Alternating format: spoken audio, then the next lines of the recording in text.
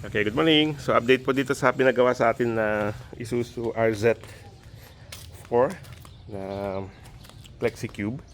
Okay. So nung dinala po dito ayaw umandar. So ang ginawa nating una, in-scan natin. May lumalabas po sa EGR. Pero wala po tayong ginawa sa EGR kasi after nung pag-start natin, maluwag po itong mga injectors. So parang pinagawa po ito pero dahil walang pyesa, iniwan, then tinambak na. So ang ginawa natin is tinanggal muna natin lahat ng mga injectors niya, pinalitan ng o-ring and yung seal na bronze. So yun ang unang troubleshooting natin. And then nakuha naman po natin na troubleshoot natin via doon. So hindi na natin ginalaw yung EGR. Pero as per scanner po, meron siyang tinuturo about sa EGR. So ang gagawin po natin is check lang natin, start natin ulit just to make sure na okay siya.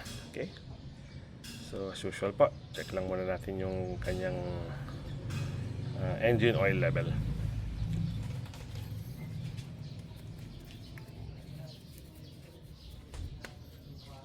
Okay, so tubig na check na po natin, okay yung kanyang coolant. Engine oil. So bago po natin ito i-release, ikukan po natin, i-change oil po natin at kung titingnan natin yung langis niya, kuan na po. Sobrang lapot na.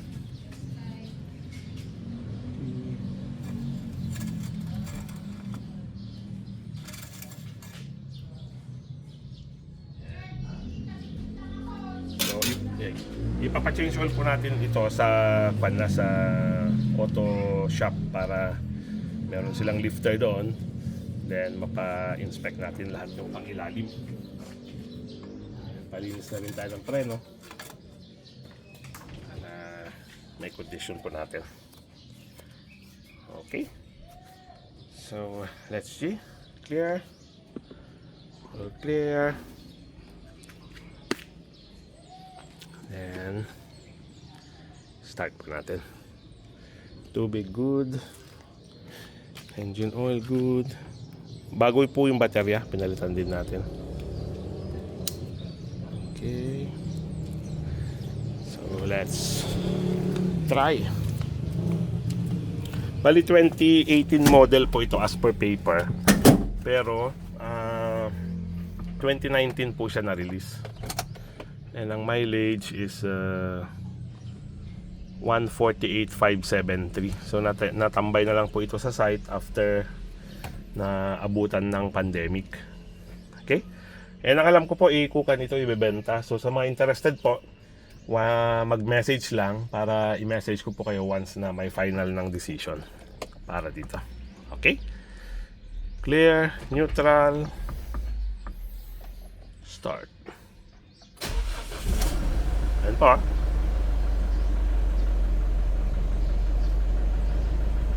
Pino po ng andar.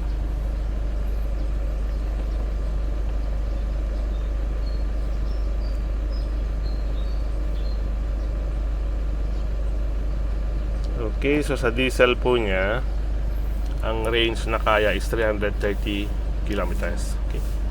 Ang nababalitaan ko po rito sa RZ4E, napaka fuel efficient daw po ng engine na to, napakatipid.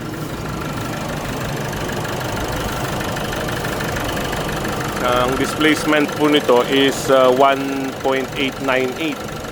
So hindi ko po alam kung kinonsider nila ito as 1.8 or 2.0. So check natin yung document po niya. So RZ4E easy diesel engine.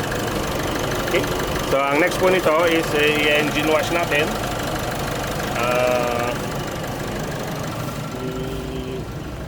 Ayos yung mga gulong. Man po ito, ang ganda po ng kanya, ng kaha niya. Sariwang-sariwa po. Aban let's drive na natin. Mapa-emission natin ng bigat banit. Ano may rehistro? Okay.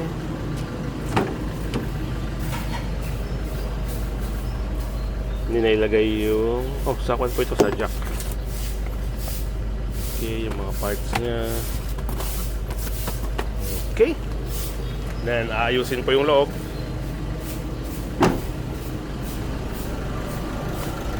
Okay. Napakaganda po ng makina. Ang pino po. Normally ang Isuzu, maririnig natin maingay yung makina. Pero ito po iba na yung pino niya. Refined kumbaga.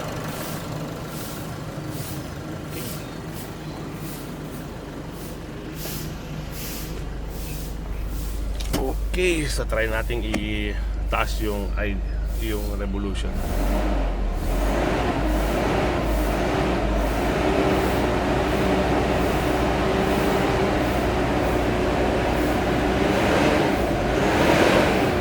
Okay. So try nating apakan yung clutch. Okay, clutch good. Okay, primera, segunda, tercera, cuarta, quinta. May 6 speed po ito. And then ang reverse po niya is dito sa left side. So yan. Meron din po siyang sound, reverse sound. Okay. Then nandito po yung kanyang handbrake. Okay. Flasher, all goods, maganda lahat. Okay. So ngayong week po ito ang tututukan natin para maayos na. And then update ko po kayo ulit. Okay. Magana po yung power lock and then power windows. Yung driver side po ayaw bumaba dito. So check natin dito sa driver. Ayaw din. So pa-check po natin, baka na-fuse lang muna. And then saka natin pa-check yung wiring. And then ito po yung kanyang likod. Okay. So ito ang ating latest update dito sa ating RZ4E. Okay? Update ko po kayo ulit. Salamat po!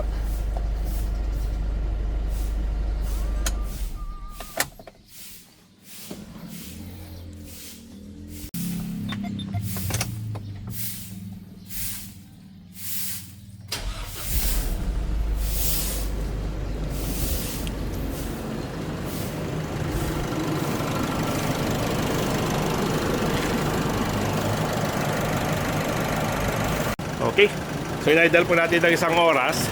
And ganda naman po. Walang pagbabago. Pino pa rin yung andar. Yung usok po okay, clear.